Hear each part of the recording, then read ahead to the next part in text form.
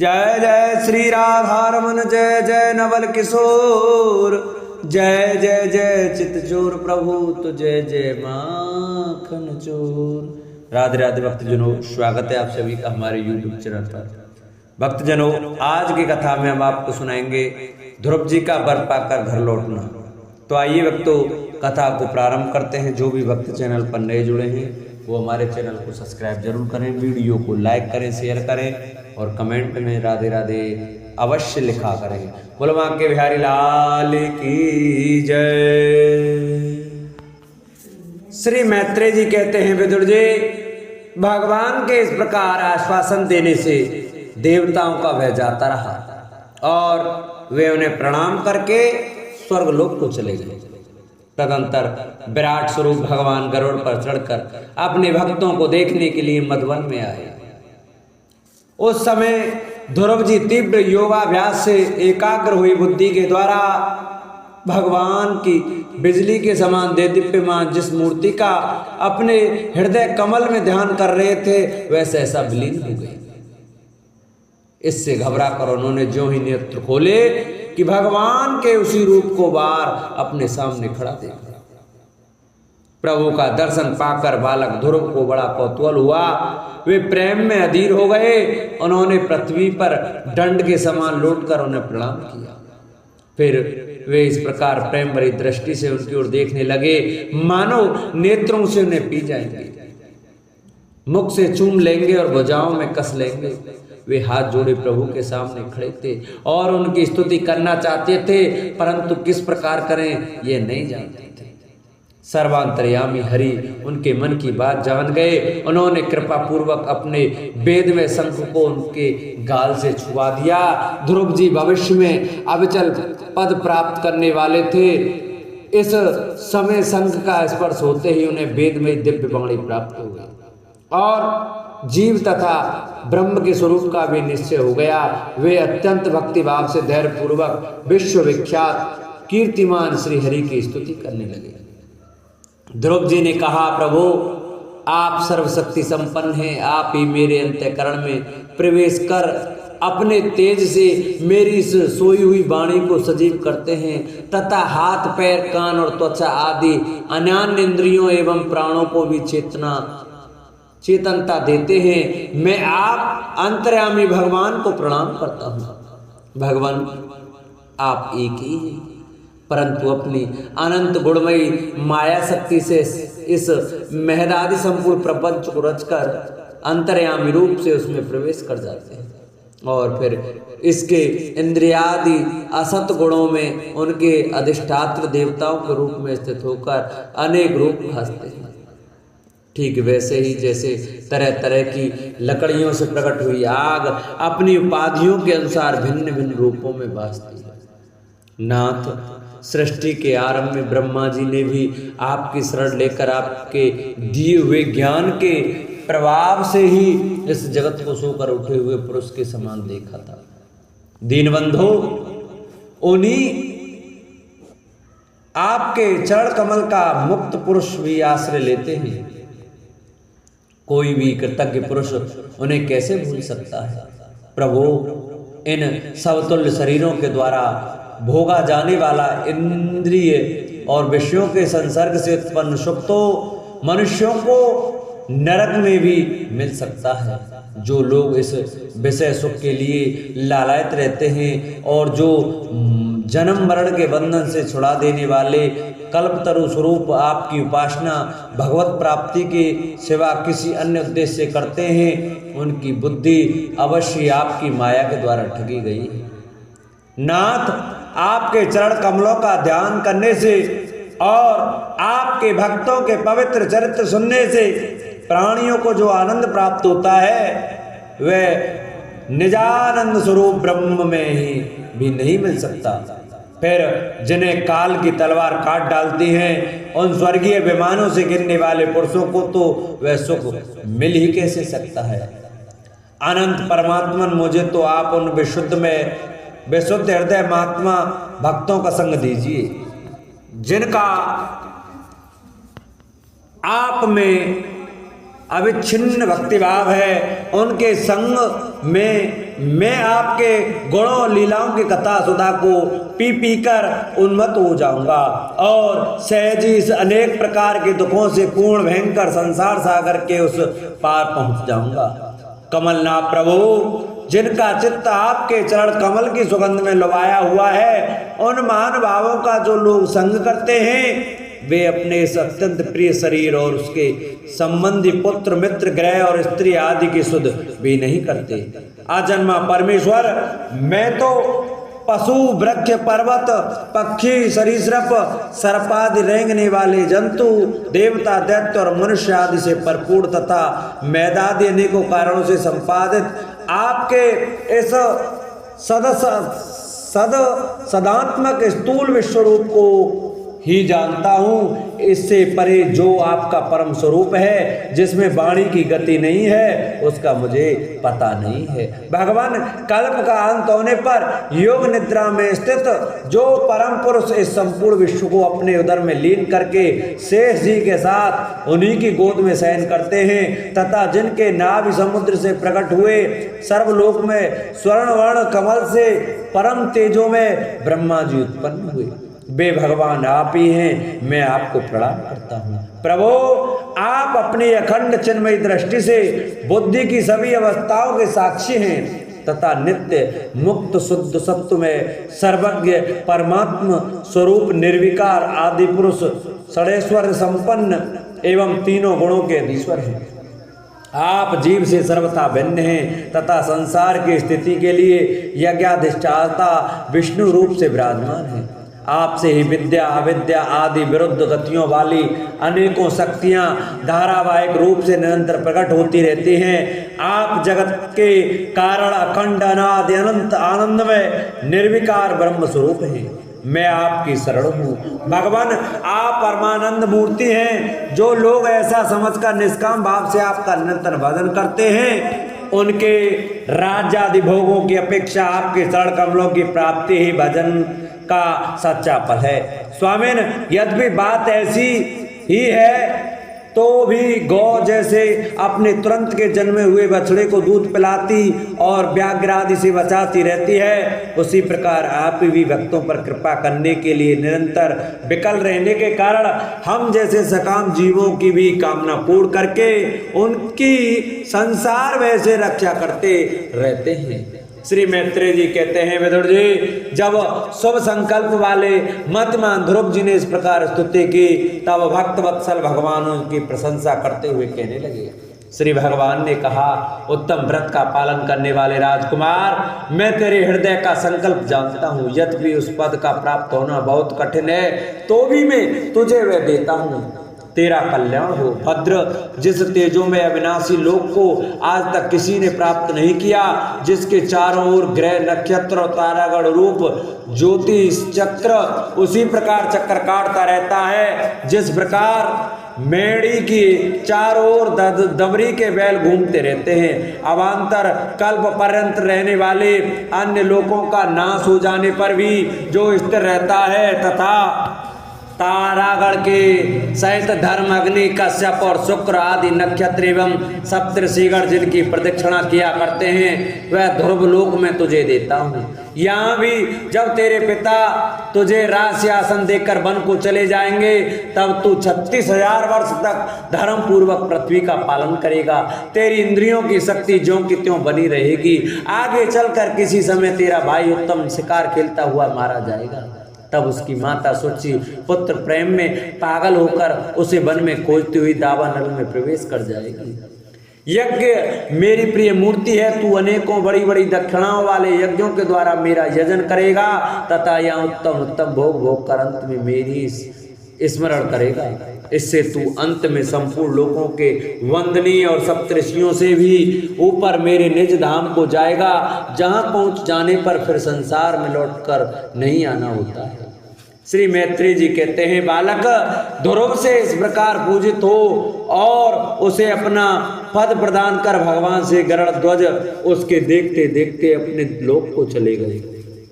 प्रभु की चरण सेवा से संकल्पित वस्तु प्राप्त हो जाने के कारण यद्यपि ध्रुव जी का संकल्प तो निवृत्त हो गया, किंतु उनका चित्त विशेष प्रसन्न नहीं हुआ।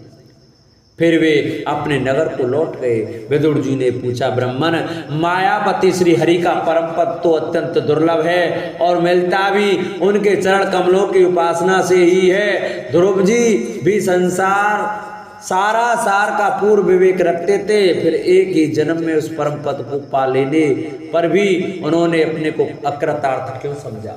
श्री मैत्रेय जी ने कहा, ध्रुव जी का हृदय अपनी सौतेली माता के बागबाणों से भिन गया था तथा वर मांगने के समय भी उन्हें उनका स्मरण बना हुआ था। इसी से उन्होंने मुक्तिदाता श्री हरि से मुक्ति नहीं मांगी।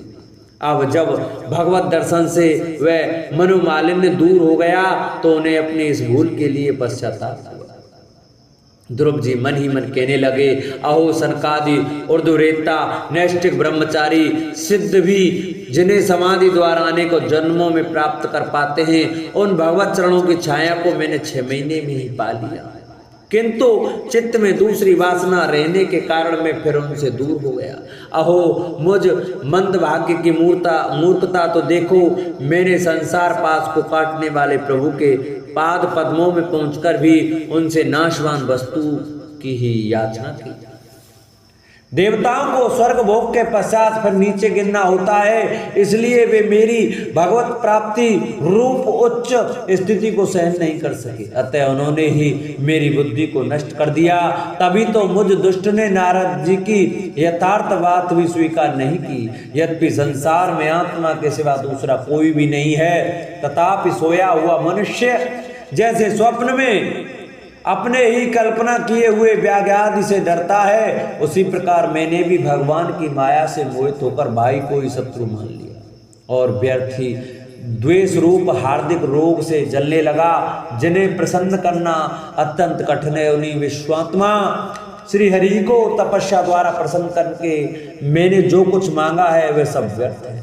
ठीक उसी तरह जैसे गतायु पुरुष के लिए चिकित्सा व्यर्थ होती है, ओहो मैं बड़ा भाग्यहीन हूँ, संसार बंधन का नाश करने वाले प्रभु से मैंने संसार ही मांगा, मैं बड़ा ही पुण्यहीन हूँ। जिस प्रकार कोई कंगला किसी चक्रवर्ती सम्राट को प्रसन्न करके उससे तुष सहित चावलों की कनी मांगे, उसी प्रकार मैंने भी आत्मानंद प्रदान करने वाले श्री हरि से मूर्खतावश व्यर्थ का अभिमान बढ़ाने वाले उच्च पदादि ही मांगे।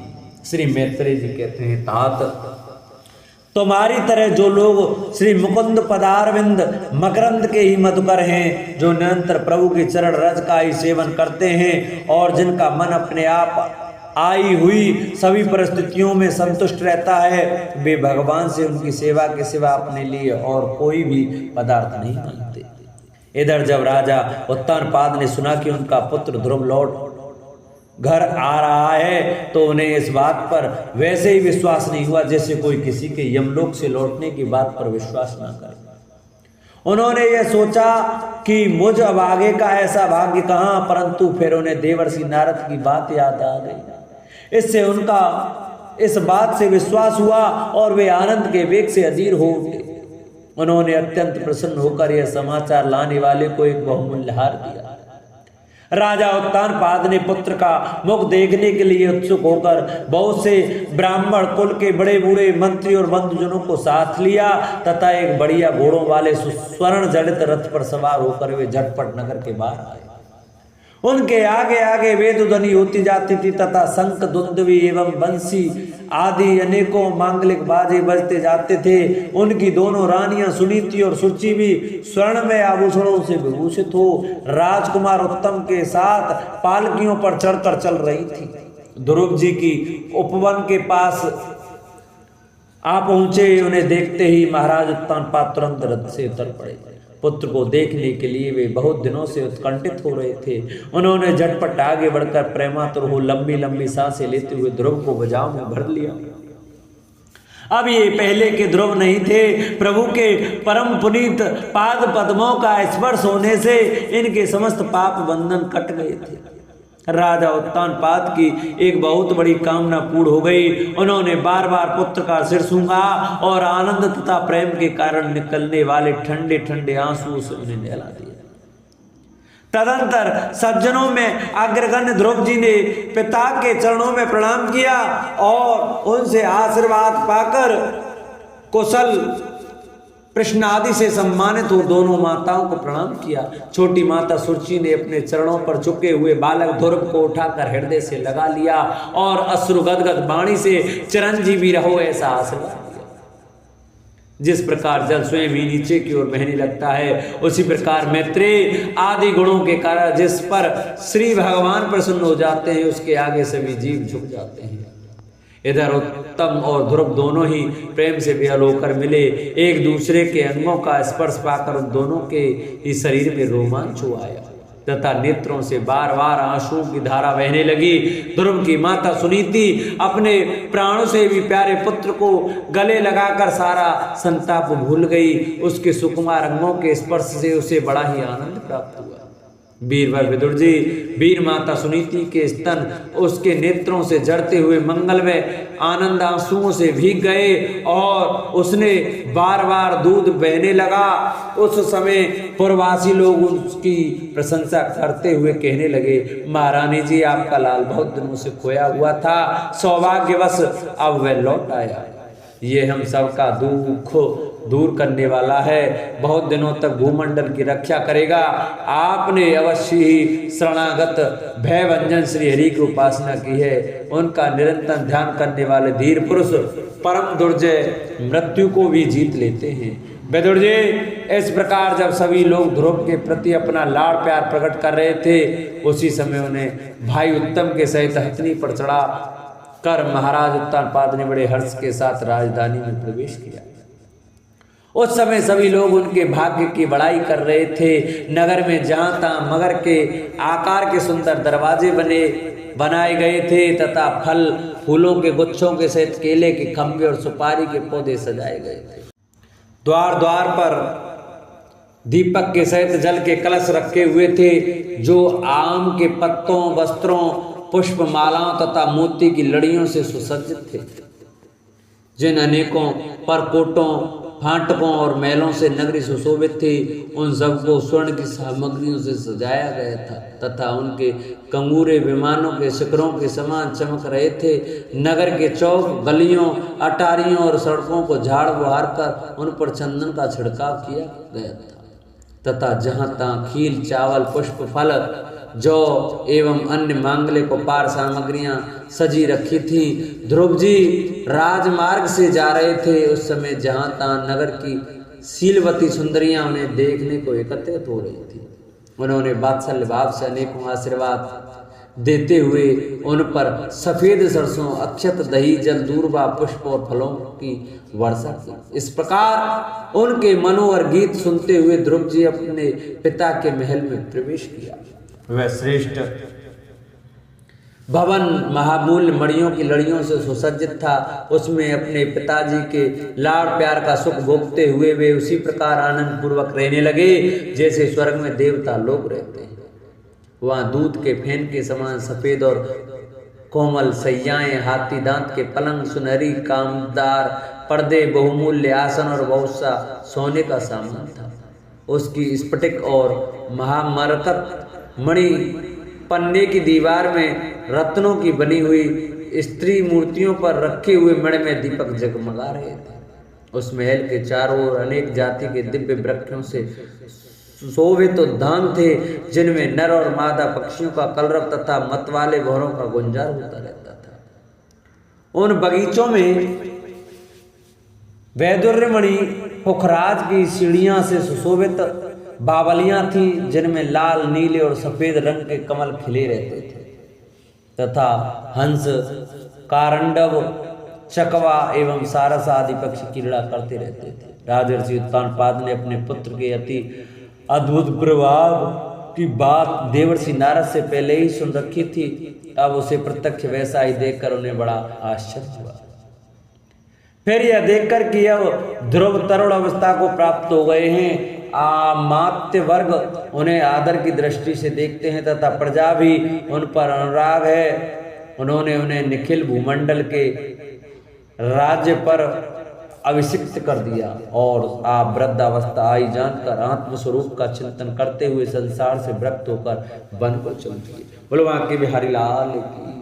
प्रिय भक्तजनों, आज की कथा का विश्राम यहीं करते हैं। कल की कथा में आप सुने उत्तम का मारा जाना, ध्रुव का यक्षों के साथ युद्ध।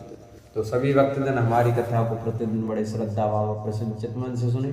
जिन्होंने चैनल को सब्सक्राइब नहीं किया वो हमारे चैनल को सब्सक्राइब करें, वीडियो को लाइक करें, शेयर करें और कमेंट में राधे राधे अवश्य लिखें।